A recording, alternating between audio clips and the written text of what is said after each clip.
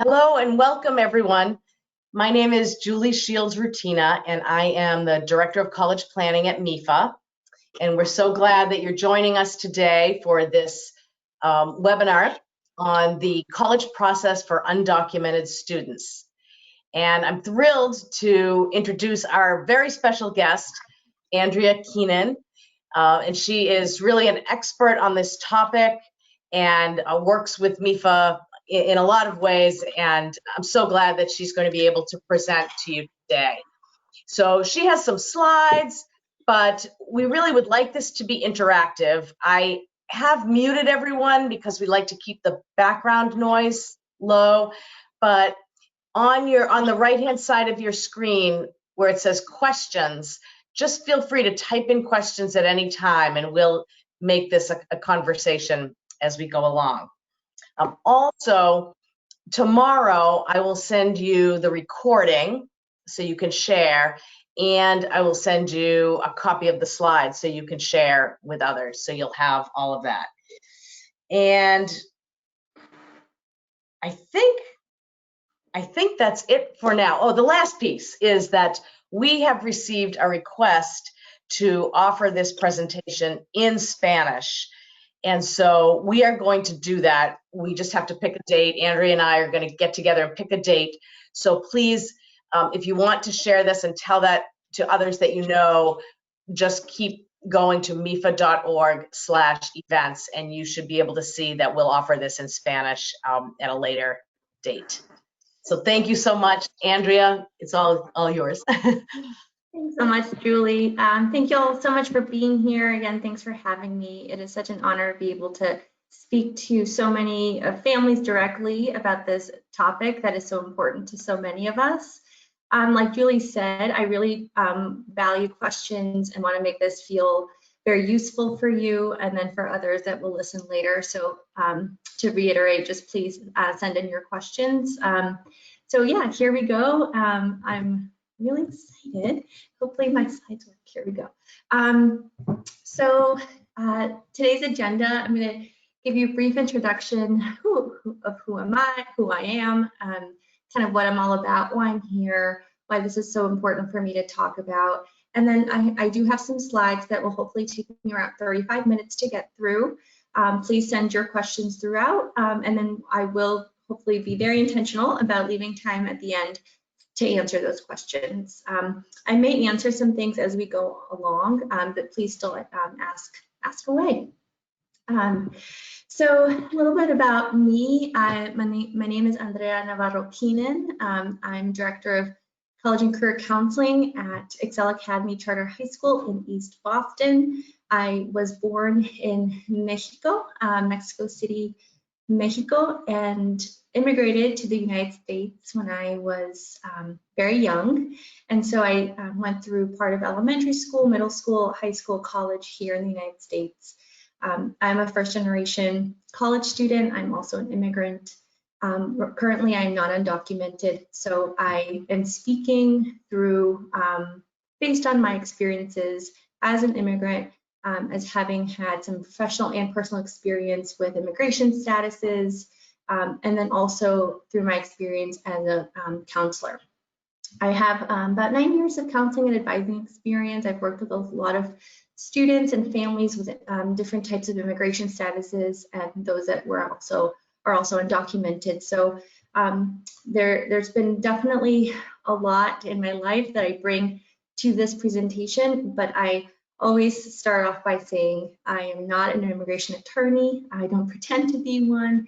So I will be talking about different statuses and things today. I have fact-checked all of this with contacts of mine through the years.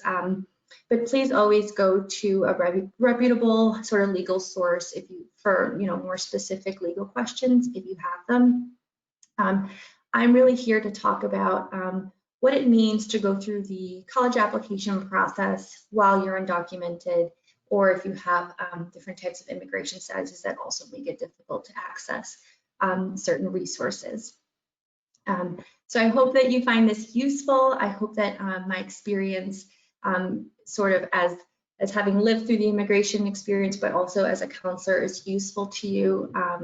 And again, this is all coming in from my lens. I work and live in Massachusetts, so a lot of the resources I will be sharing, though they can be applied like specific scholarship resources, I will try to share national resources, but I will name drop a few things here and there that are specific to Massachusetts, but we'll be very intentional in telling you when I'm doing that in case you were not tuning in from Massachusetts. The first thing I want to start off saying, and this is really important, I've had to hear this myself. I tell this to my students, my loved ones, a lot. And before we get into the nitty-gritty, I want to just start off by saying this presentation is for you students and families, and you are not defined by your immigration status.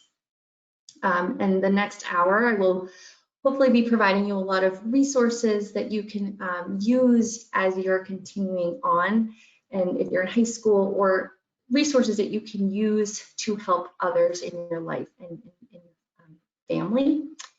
If you are a school counselor or a practitioner tuning in, there is another webinar that we recorded 2 weeks ago specifically for school counselors. But to go back to sort of what I was saying for you families and students tuning in, if you are undocumented or have an immigration status that's difficult, been difficult to maneuver for you, you are not defined by your immigration status. Sure, it's an important part of your life. It affects so much of our day-to-day lives, especially now we're living through an election year. There's so much happening through the pandemic and everything. Immigration plays a big role in our day-to-day, but you are so much more than your status. You are your goals, your likes, your dislikes, your strengths, your passions, your people, your pride, your work, your stories, your beliefs, your fight, your voice, so much more. Sometimes as we go, if we're going through a college counseling process, it's very hard. We're going to hear a lot of things that, you know, sometimes we hear that undocumented students can't go to college. We hear that being undocumented is basically the worst thing that could happen because you can't have access to resources. We're getting so much thrown at us based on immigration statuses. It's hard to look past that and say, hey, I'm still a whole human and I'm so much more than my immigration status. As a counselor, I often tell students and families that complex immigration status or no status, it makes it so that we simply have to get more creative with the ways in which we work to achieve your goals. You can achieve your goals. It might just look a little bit different getting there. I always show a similar sort of image to my students and sort of say, there are so many roads that lead you to so many destinations. There's no right pathway to reach your goals. Find people that you trust and ask for help. Sometimes we see in movies and in shows, you know, the right pathway is the traditional pathway. You go to college for 4 years, then you get your first job and you're on this great career and everything is perfect and rosy. And that's not real life. So no status or status, like you should not think that your path to success has to be a straight line, a linear path. And so especially if you're undocumented, you can still reach your goals, but you may end up having to reach them in a way that looks a little different than the person next to you, and that's okay. Get creative, learn about resources. You are not alone. There are so many students right now in the city, in the state, in this country who are undocumented and going through similar hurdles. You are not alone, and it's very easy to feel alone sometimes, very isolated. For safety purposes, you're not going to go around telling people you're undocumented and you need resources. So it can be a little bit isolating. If you walk away with anything today, it's that you are not alone, and there are people out there that want to help, such as this presentation, but in your own communities and in your own school. So sometimes it does take you being a little bit more of a self-starter to get those resources, but once you get them, don't let them go, and really trust people that want to help you, especially in your school and in your community. So with that sort of larger picture, I want to start getting into some of the more nitty gritty, like what you need to know about applying to college and some of the most common questions. This is the biggest question I get asked and that I hear students ask all the time. Can undocumented people apply to college? There's so many myths out there. Yes, yes, and yes. The answer is a resounding yes. There's no federal law that prohibits the admission of undocumented immigrants to US colleges. That is so important. There's so much false information out there. You need to know that as an undocumented individual, you can go to college and you have rights in this country. Federal or state laws don't require students to prove citizenship in order to enter private US institutions of higher education. That is a fact. Some public campuses, though, do have differing policies. And so I want to pause and just sort of remind us of the difference between a public college and a private college. A public college will receive state funding, and so will be funded by the state that it's in.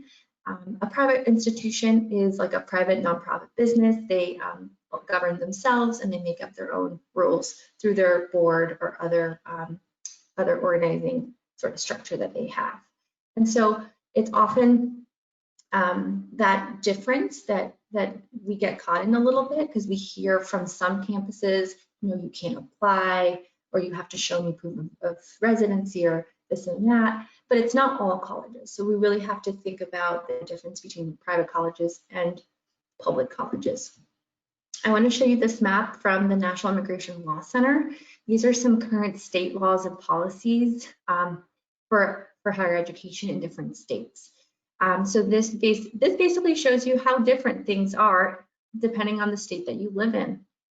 Some states, as you can see, so let's start, for example, with the light green. So the creamiest minty green there, such as Kansas, for example. They have tuition equity laws where for public campuses, undocumented students and, for example, students that have documentation have sort of equal rights to get the tuition, so similar tuition prices. There's some states, for example, like California, which is that dark forest green, states that have tuition equity laws or policies and some state financial aid. So that's sort of the highest level of aid for undocumented for undocumented students and for immigrant students. So these states not only have tuition equity laws at their public campuses, but they also have some state financial aid to give undocumented students and students with other statuses other than citizen or permanent resident. So that's pretty great.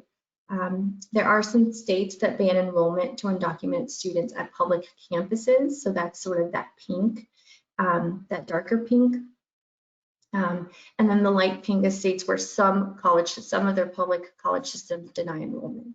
So this is for public colleges. You can see that the rules vary depending on state.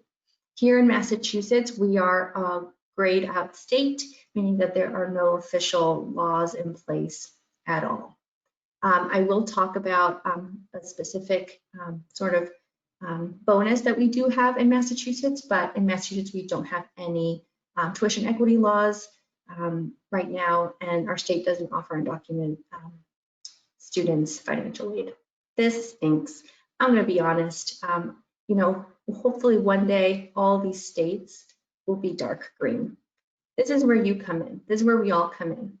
We have to use our voices. We have to take this to the state level. There are some things that we can fight for at the state level.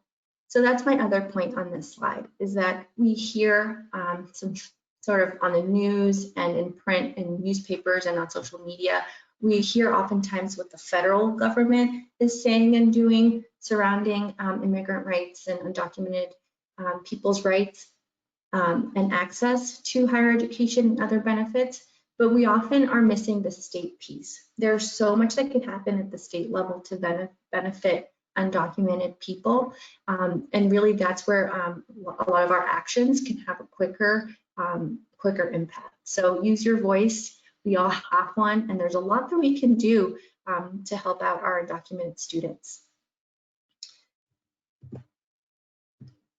So in this larger context, knowledge is power. And I have worked with a lot of undocumented students, and I have also worked with a lot of students that have different types of immigration statuses that give them different access to different things.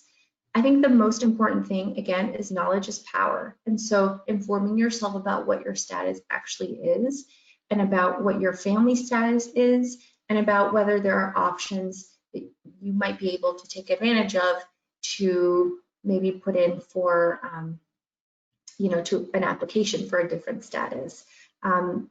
Really trying to figure out, all right, what is my status? What does my status give me? And can I look for help, legal resources to maybe apply for some benefit, some immigration benefit. So the hardest thing, I think, is when students don't realize that they have a status that might not be citizen or might not be permanent resident, but might be somewhere in between.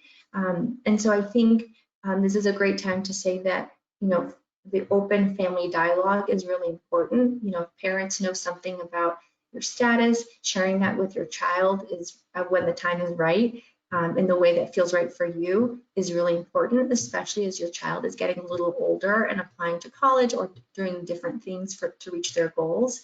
It's gonna be really important that your student also feels ownership over what their status is and about what they can do with that status.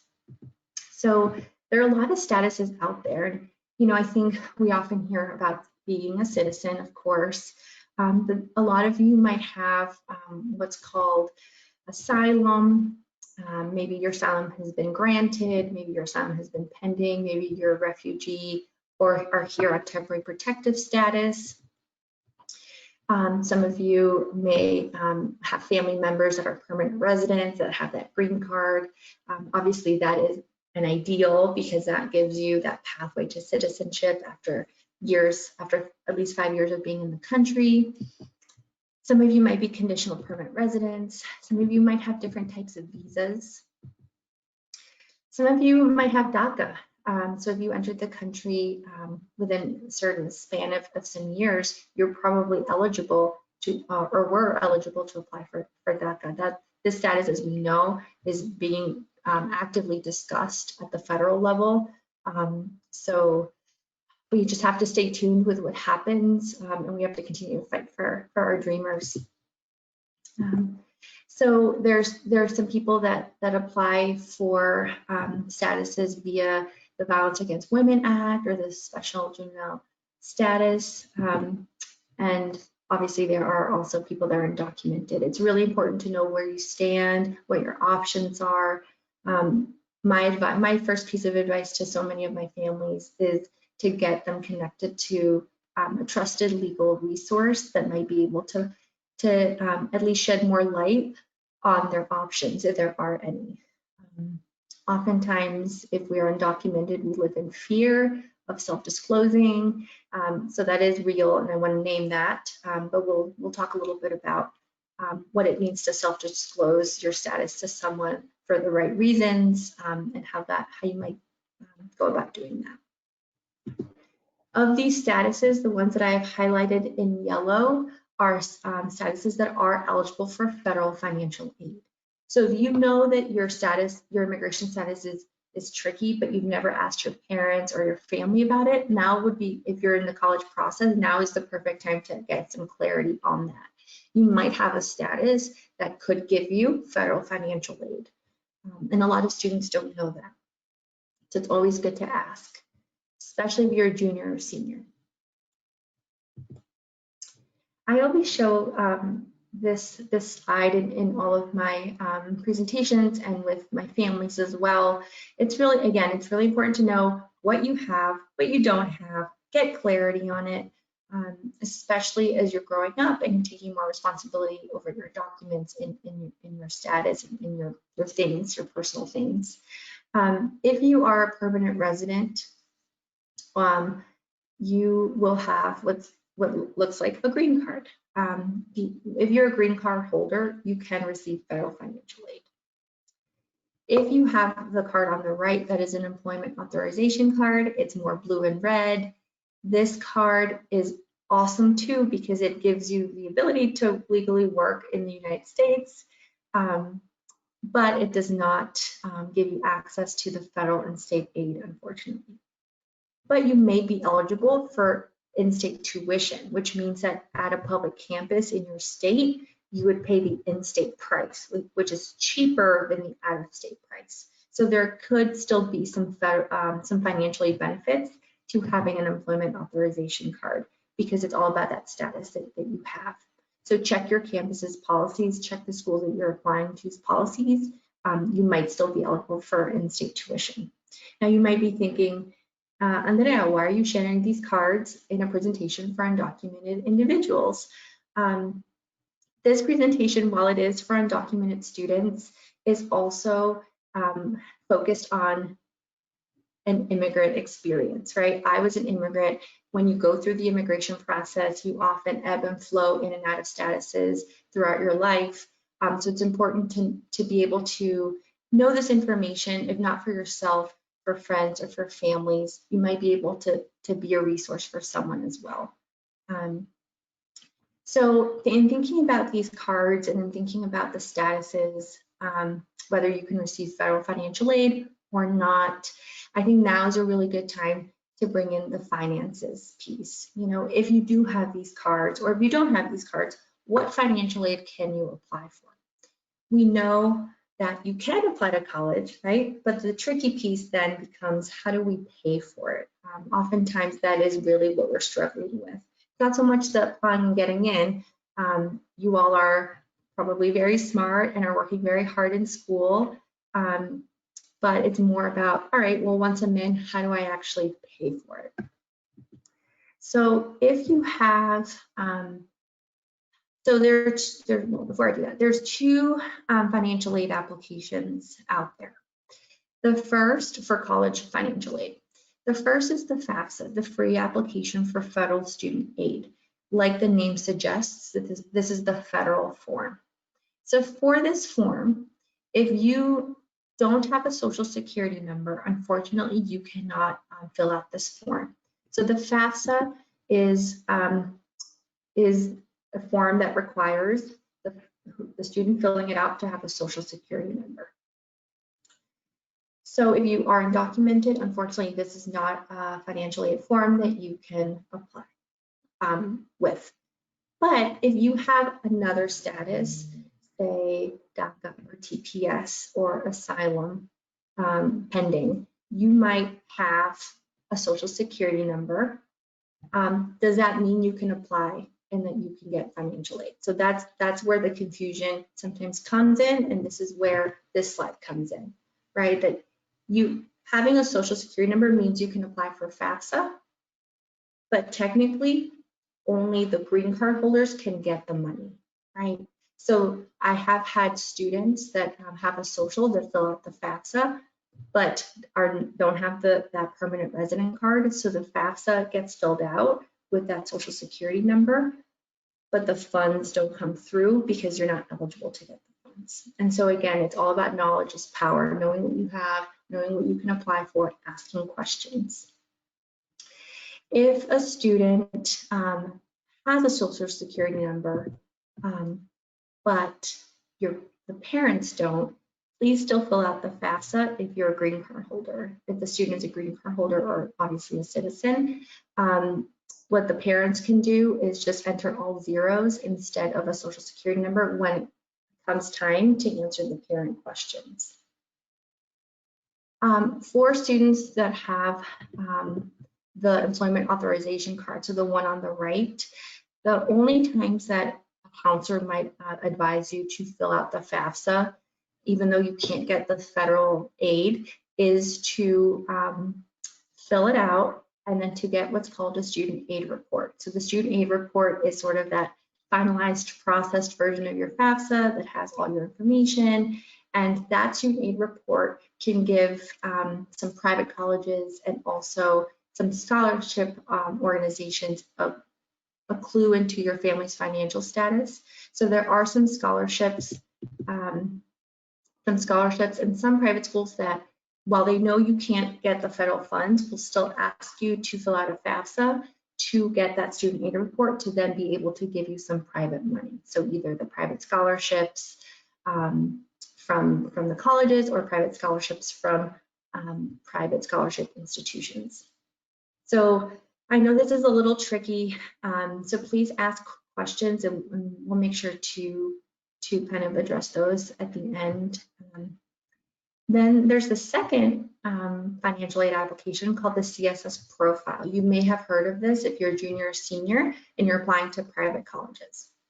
So whereas the Fafsa is federal and all colleges can accept the Fafsa, the Css Profile is a private form for private institutions.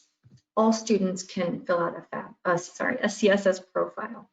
A Css Profile does not require you to put in your social security number, so undocumented students can also fill out a Css Profile if you're applying to the private schools that require the Css Profile. Not all private colleges require the Css Profile, so make sure you're always checking the college's financial aid page to make sure that you know exactly what their requirements are and when the deadlines are. It's so important that you're meeting deadlines, that you're not late in filling out any of these forms. So it is currently October. So if I have any seniors in the audience right now, this is the perfect time right now in October to start making a list of places that you want to apply to, ask your counselors for help, and make a chart, use Naviance, use the MEFA tools, any tool to keep you organized so that you know exactly when each college's deadline is. Each college will have its own admissions deadline and its own financial aid deadline. So especially if you're undocumented and you're applying to a private college that requires a Css Profile, that is our chance. That is your chance to get money from that college. It's a long form to fill out. It's often confusing, but if you fill it out on time, you could potentially be eligible to get money from that college. So it's so important. The Css Profile is also a good opportunity for you to self-disclose your status. We're going to talk a little bit more about self-disclosing, like I mentioned, but the Css Profile is unique in that it has a section at the end called special explanation / special circumstances section. That is a mouthful to say. And it is actually sort of a field where you can type in whatever explanation or special circumstances you want to let the colleges know about. So I've had a lot of undocumented students actually use that section to explain certain reasons why, for example, maybe their guardians didn't file taxes if they're also undocumented, or they could say, you know, being undocumented, you know, our finances have been impacted in this way. Be specific in this. Always include, you know, the details that you think are pertinent for the colleges to know. This is often kind of a nice indirect way to start that dialogue with the colleges. This, you know, I've been talking a lot about sharing your status, say, you know, with a counselor to get help or with colleges. But, you know, I think it is an important reminder for all of us that no one should ever ask you what your status is, especially in high school. It is really not something that should be done. No one has that right to point blank ask you, hey, what is your immigration status? You have rights in this country and no one should be asking you that. But there are certain moments where it could benefit you to self-disclose. If you are the person initiating that information sharing with someone else, then it's perfectly okay for that person to reciprocate and then help you and then be in the know about that. But you have to be, as the person with status or no status, you have to be the one to initiate that conversation. That's what we call self-disclosing. You're going to self-disclose what you want to self-disclose so that you get the help that you deserve. It's scary. You know, if one is undocumented, one does not want to share that with the world for obvious, you know, safety concerns. But if you know how to do it, you will stay safe and get the help that you need, like application help, like help applying and finding scholarships, like legal resources. So the question then is, Who can you self-disclose to? Why should you self-disclose? You know, in my own school, in my own experience as a counselor, you know, I have had students tell me in, you know, a private setting that they're struggling with their immigration status and that they need help. I, as an educator, as someone in the school, have a responsibility to keep that private, right? I should not be telling anyone else that if the student self-disclosed to me. I would always ask the student for permission to share that information with others if I needed to, but it's really sort of the responsibility of the people in your school to know that that information should be kept safe for you. And high schools are generally safe spaces. So are colleges. You know, and we'll get into this in the next slide about self-disclosing to colleges. That's really the only way for colleges to know how best to help you. And I'm going to repeat this. I know it's scary. So, you know, don't feel like you have to. This is not, you know, me telling you have to self-disclose, but if it feels right, you're intelligent, you know what feels right, you have that sixth sense. If it feels right, please don't hesitate to get the help that you deserve. And so the last sort of entity that I always feel like could be a good entity to self-disclose to is a trusted immigration attorney. If your family is currently working with an immigration attorney, then they already know your status and know how to help you. If you and your family have never worked with an immigration attorney, I will share some resources at the end of this presentation for how to find, you know, that trusted legal resource that you can self-disclose to, that then will be able to in turn give you the resources and the information that you need. So now that you know some basics, what else should you know about applying to college? These are four sort of tips and general guidance that I always share with students. The first is that private colleges and some public colleges have what's called institutional aid. So outside of that federal financial aid, that state financial aid, there's institutional aid. This is help money that's coming straight from the colleges and universities themselves. Colleges and universities often have their own pools of money that they can then give their students if they're accepted to the college. So if you're undocumented or have some of those other immigration statuses that we talked about that don't qualify you for that federal and state aid, you might still be eligible to receive that institutional college aid. That college aid is then divided into two categories: need-based aid and merit aid. Need-based aid is based on your financial, your family's financial status and financial situation.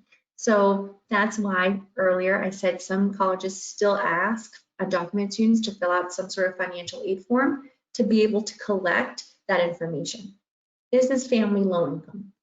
Are they middle income? Are they high income? Do they need the need-based aid that we might be able to give them? And then there's the merit aid that colleges can give.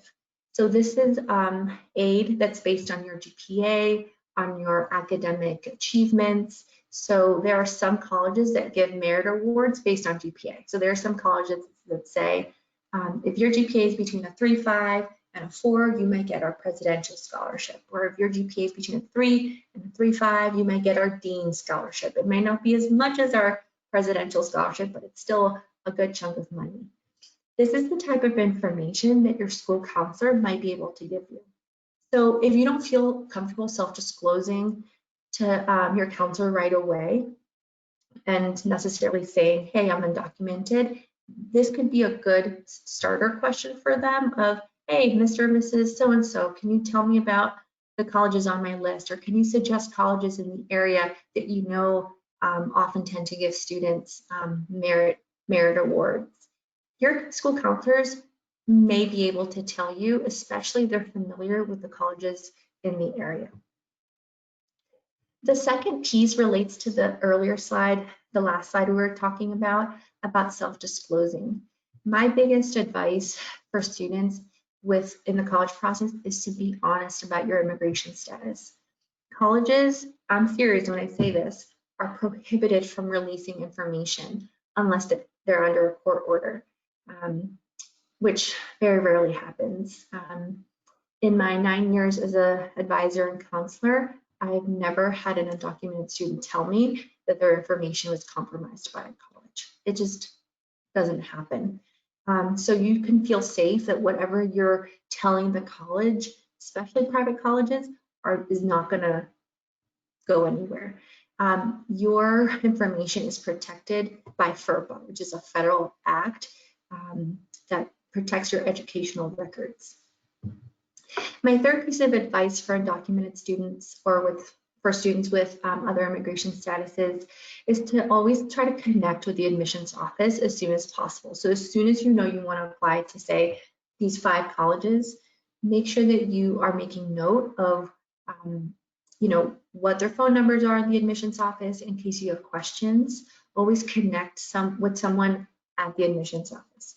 A lot of college admissions offices also have this thing called, this person that's called like Director of Multicultural Affairs or Director of Multicultural Student Recruitment, all these fancy titles. That usually means that there's 1 or 2 people in each admissions office that works with multicultural students. So students of color, first-generation students, and often also can be more sort of abreast about the information or the resources for students with different types of immigration statuses. It's I love college admissions offices. I know so many people in college admissions offices. They want to help you. They want to bring good people to their campuses. So generally, you will find very, very helpful people there. Sometimes you will call a college admissions office and you will get someone on the other line who means well, but just does not know the answer to your question. Don't hold it against them. Keep trying. Maybe ask your school counselor to help you make the call next time. Don't give up. That's my biggest sort of, I sometimes sound like a broken record of my students. I just keep saying, let's not give up. Don't give up. You can't let one no or one person not knowing the answer kind of be a barrier to your goals. We keep trying other venues. Remember what I kept saying? Be creative. That really is just like so important in this process. And then the last piece is that you might be considered domestic for admissions and international for financial aid at some colleges. I'll explain what this means. So when you apply to a college, you will apply for admissions.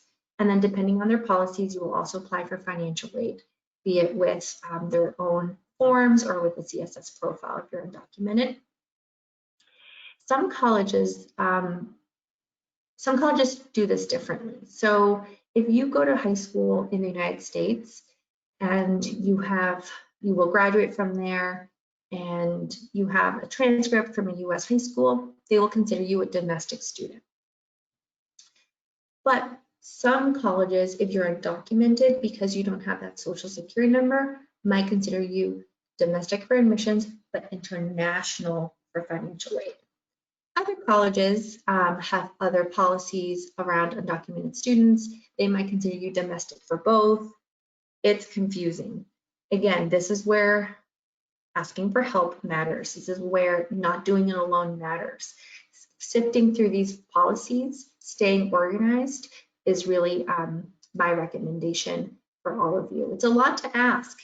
Sometimes I think, gosh, it's so unfair that my undocumented students have to deal with all this extra stuff where other students who are citizens might not have to think through this or think through so much of this and get so creative and be so persistent.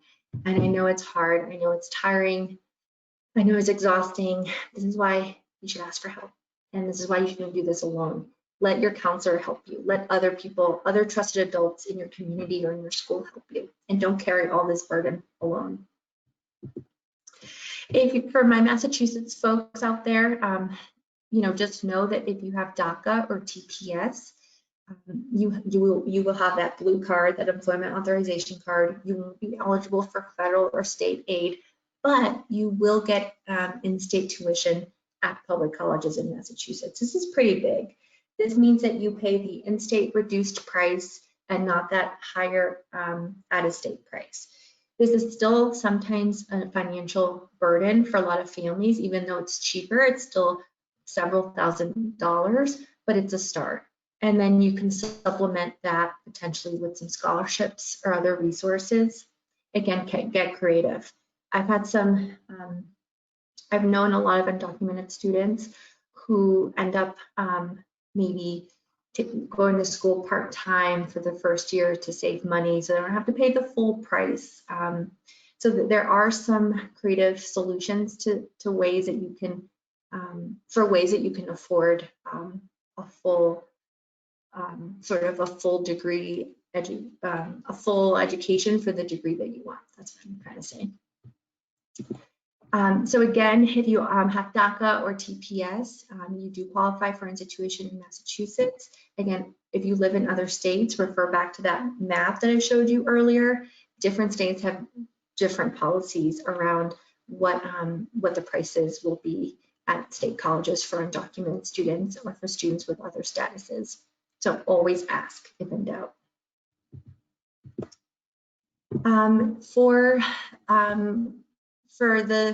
While we're on the topic of saving money and thinking about how to finance your education, these are some quick tips that might be helpful for you as you're in high school, whether you're a freshman, sophomore, junior, or senior.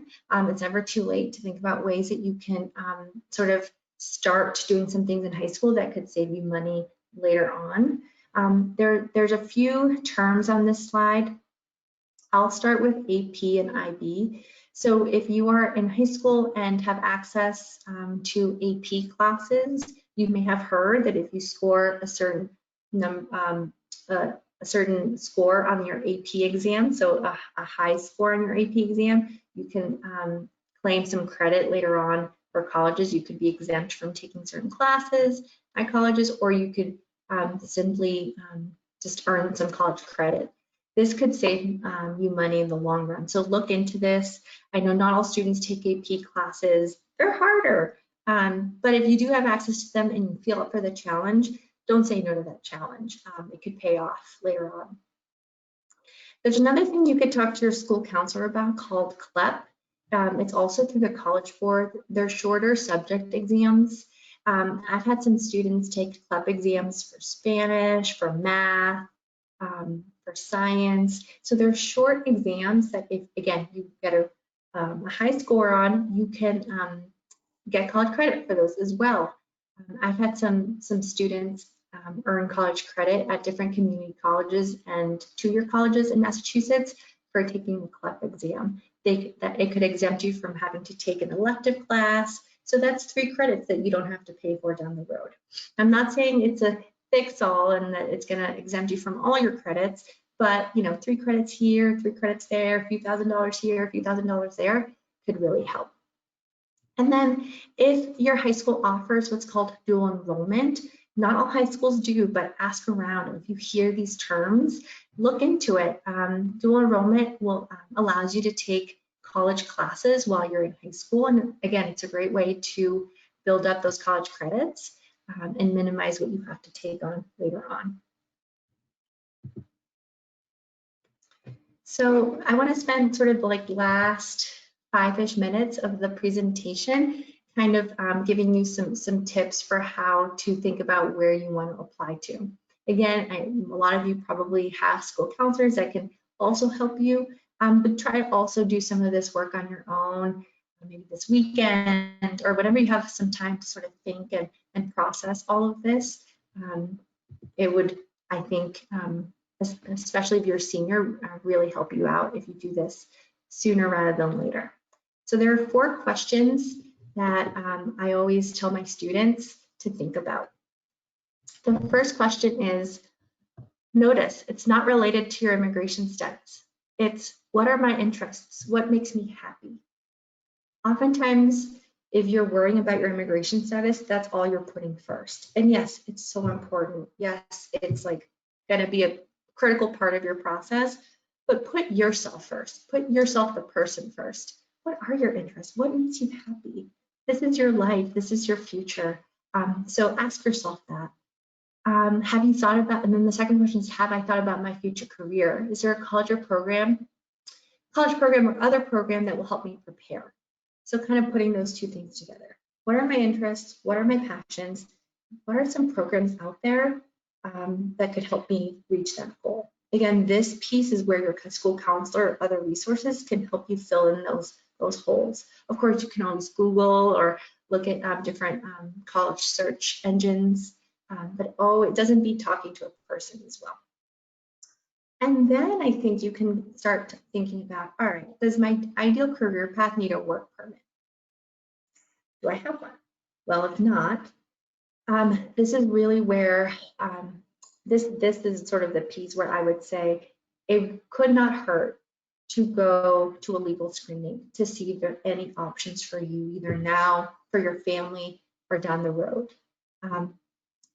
These legal screenings are usually free or very low cost. They're usually at different agencies, trusted legal agencies in your state.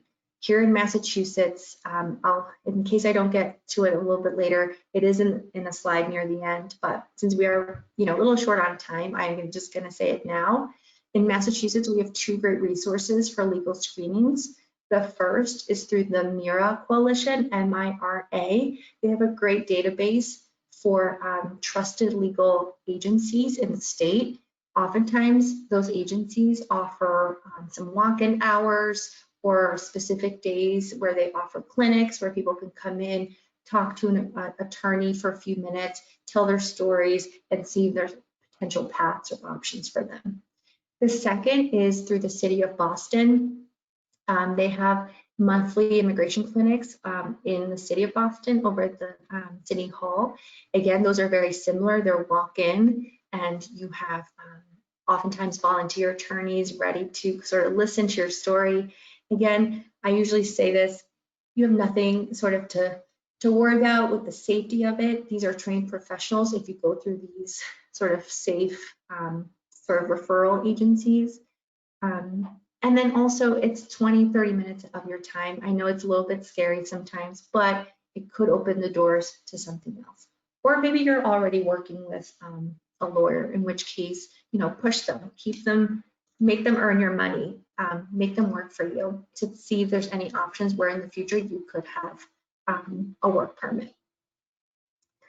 If you have already done all those things and there aren't a lot of options for you now, who knows down the road, but now there are some ways where you can consider becoming self-employed for your chosen career, depending on what that career is.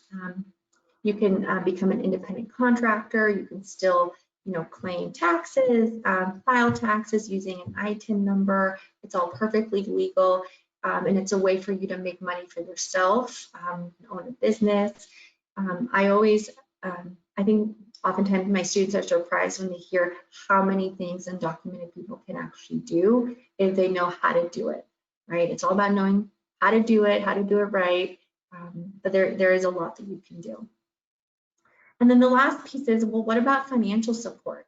Have I been working? Have I been saving? Now that I know what my interests are, now that I know I've asked for help about future careers, what programs there are, now that I have sort of this parallel piece where I'm working on that legal piece, that status piece, figuring that out, I think in the immediate sort of future, sort of thinking about, well, maybe I'm on a road to apply for a status, but that might take a few years. In the meantime, I should be training for something. I should be going to school. I should be learning things so that I can fulfill my dreams, right? So I can do my careers. Don't stop, keep going. And so what about financial support? Have I been working and saving? Will I have support from others, maybe my family? If not, there may be some private scholarships you can apply for. So for private scholarships, always check the eligibility criteria for a scholarship and the fine print. Does the scholarship mention that you must be a citizen or permanent resident? If not, then it may be open to students with other immigration statuses or undocumented students. Always double check, because sometimes initially you won't see anything about immigration status, but then you'll see it kind of in the fine print. So don't get discouraged, they're out there. Always meet the deadlines. That's a trend, obviously. We don't want to be late for deadlines, especially where money is concerned. And then check for both national scholarships and local scholarships. Do you know the difference? They're all free money. We like free money. We love scholarships. National scholarships will be open to students in all or many states.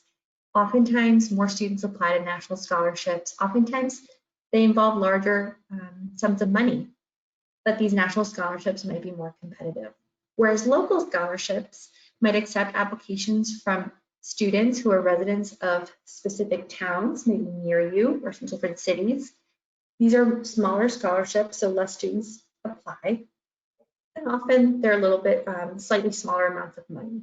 Still great, every little bit helps. So I always encourage you to start looking for private scholarships as soon as you're able to.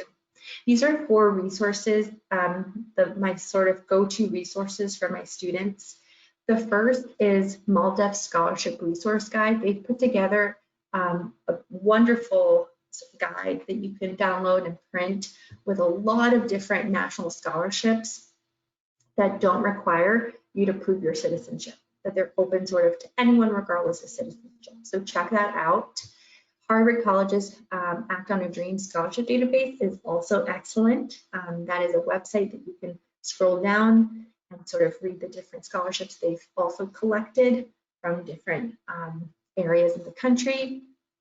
Different states also have their own resource guides via different community-based organizations. So I've included a link this link as an example. This is an Indiana organization that has a multi-page guide on local state scholarships.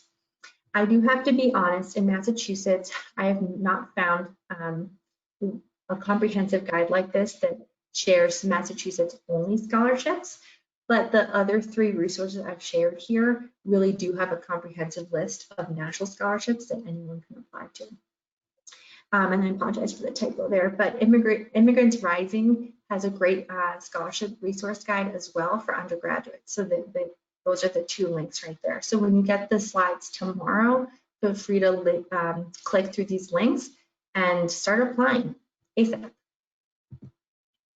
And so I want to close before I open it up for questions with some specific sort of tips depending on your GPA. So again, this presentation is geared toward high school students and families on the college process. So if you are in that mindset, you have probably thought about, well, what's my GPA? Can I even apply to the colleges that I want to apply to? What's the deal? So the next 3 slides, I'm not going to go through every single bullet point, but I organized it by GPA. So the first slide here is if you have a GPA of 3.8 or higher. These are some tips that I've used with my students and families. If your GPA is between a 3.8 and a 4, all I can say is great job, you're a boss. Like, that's amazing. And your essay showing interest in various colleges, and if you can, interviewing becomes very important because you're right on that line, right? You're so close to that 4.0. You're amazing, you're working hard. You want to make sure that your application is strong in all its facets. So that GPA, especially for an undocumented student, is very important, but so is that essay. So is showing interest in colleges, going to all the different visits that they might offer at your school. And if you can interview, that is another way to shine as well. Is your application telling the story of who you are? Of course, including and not including your immigration status. If your GPA is above a 4.0, that's cool too. You're working really, really hard, and I'm so proud of you. I think the biggest hurdle here is making sure that you and your families ask questions. Being first generation and an immigrant is hard. People will be helping you, but also make sure that your voice is being heard. What's important to you, right? And also take risks. Maybe you've thought, oh, I never want to leave the state, but is there a college out of state that is offering you good financial aid? You and your family should look into it. You should ask questions. You should take risks. There might be good opportunities waiting for you if you take those risks. And And then if your GPA is between a 3 and a 3.7, that's still awesome. You're still working really hard and you should be really, really proud. There is a fancy term that as counselors use that sometimes we don't share with students, but I'm thinking, why not? It's called strategic undermatching. So if we're undocumented, our options financially will be a little bit limited. So there's an admission strategy here where you can apply to colleges and your counselor can help you decide where that maybe are kind of accepting students in your GPA range or a little lower. So that if you're on their higher end of that GPA range, they're really going to want you and they're going to say, wow, this student is so strong. We hope they come here. And you know what colleges do when they really want you to go there? They'll give you a little bit more money, hopefully. And so this sort of strategy is part of that thinking creatively. Okay, if your GPA is a 3.4, a 3.3, maybe you apply to colleges that your counselor tells you usually accept students around a 2.9 or a 3. That way you're a little bit on that higher end, right? And can kind of be a little bit on the stronger side of their applicants. That can equal more merit aid for you. And then again, can you live at home? So thinking strategically. If so, commuting to and from college, while not ideal if you always kind of dreamt of that traditional college dorm experience, could save you a lot of money on room and board. And then my last sort of thinking creative tip is, do you have relatives in other parts of the country? Some of my students in the past have had relatives in California or in other states that might have cheaper in-state tuition prices. There is a caveat where you do have to live in the state for a certain amount of time before you qualify as a resident, but some of those creative strategies could work out depending on your circumstances and you and your family strategizing and coming up with a plan that works for you. And then finally, I often have students coming to me saying, Ms. Keenan, my GPA isn't very high. Like, what are my options? Can I even go to college? Will they even take me? The answer is you can still make your goals a reality. You are not defined by your GPA, just like you're not defined by your immigration status. College is awesome, but did you know that there are so many different types of colleges? There's colleges that give you short certificates that maybe last about 9 months total and for training. Do you know that there are colleges that also offer 2-year programs, 4-year programs? They're ready to accept different types of GPAs. So again, let's think creatively. Let's think about what your career passions are, and let's try to fit that to an affordable sort of program in your area. There are some great options for undocumented students in Massachusetts that I'm so excited to share with you. Duet through Southern New Hampshire University is a phenomenal self-paced online learning program where you get a college degree and can also pay discounted prices, very, very open to accepting undocumented students, very affordable as well. And again, I'm not biased or anything. These are just some examples. Try to seek out other examples in your state, in your community that offer, discounted rates, non-traditional learning styles, and non-traditional programs that could be more affordable, that could be a little shorter, it could get you on your path toward your goals. And so I'm gonna sort of wrap it up here. And the last part of the presentation is all about Q&A and resources. So these are just some additional tips for you that I want to make sure that everyone walks away with, especially if you're a high school student. Here are the 2 names that I dropped for legal screenings down in number 3, the MIRA Coalition, and then the City of Boston has the immigration clinics for free legal screening. If you're a high school student looking to join a community, if you're in Massachusetts, there's a youth sort of grassroots advocacy movement called SIM, Student Immigration Movement. They're phenomenal, and so many other states have similar youth-led programs where you can find others that share your experiences and you strengthen numbers. It's good to not feel alone. It's good to find others that are going through what you're going through and you can share resources. And then lastly, for my undocumented families and students in the audience, I'm just going to end with saying you have so many rights. And so to stay vigilant, to stay safe, especially in what's going on in the world right now. But I've included a link for some materials that you can read in different languages that explain all of your rights and what you have. The rights that you do have, you can exert on the street, in your home, if you find yourself in a situation where you're being asked your status or you're being asked for other information. So that's there.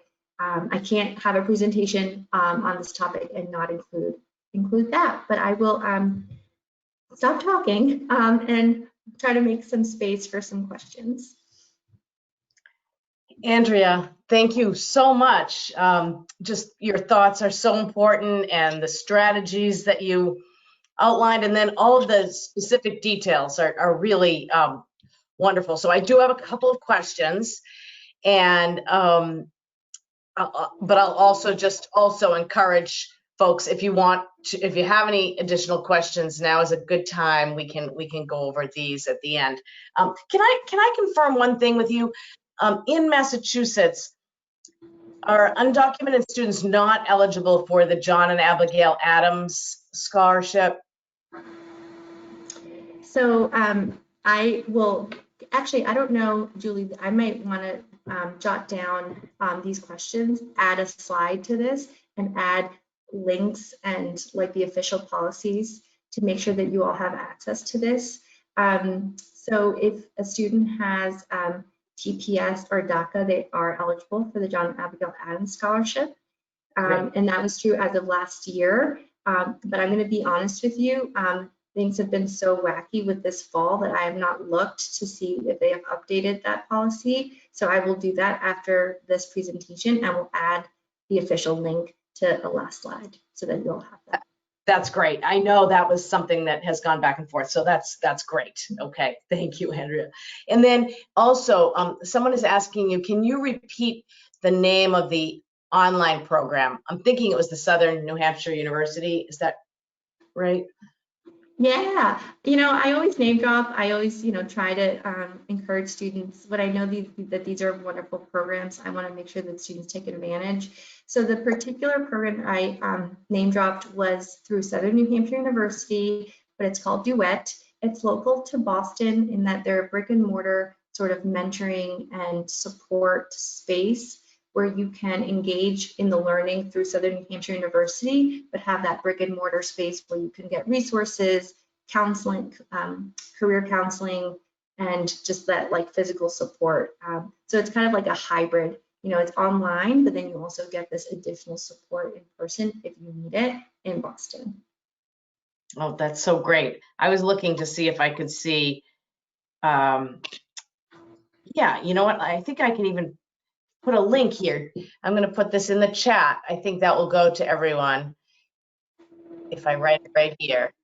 Yeah, they don't have all the majors of Southern New Hampshire University available, so the majors are a little bit more limited, but they do offer associate's and bachelor degree programs.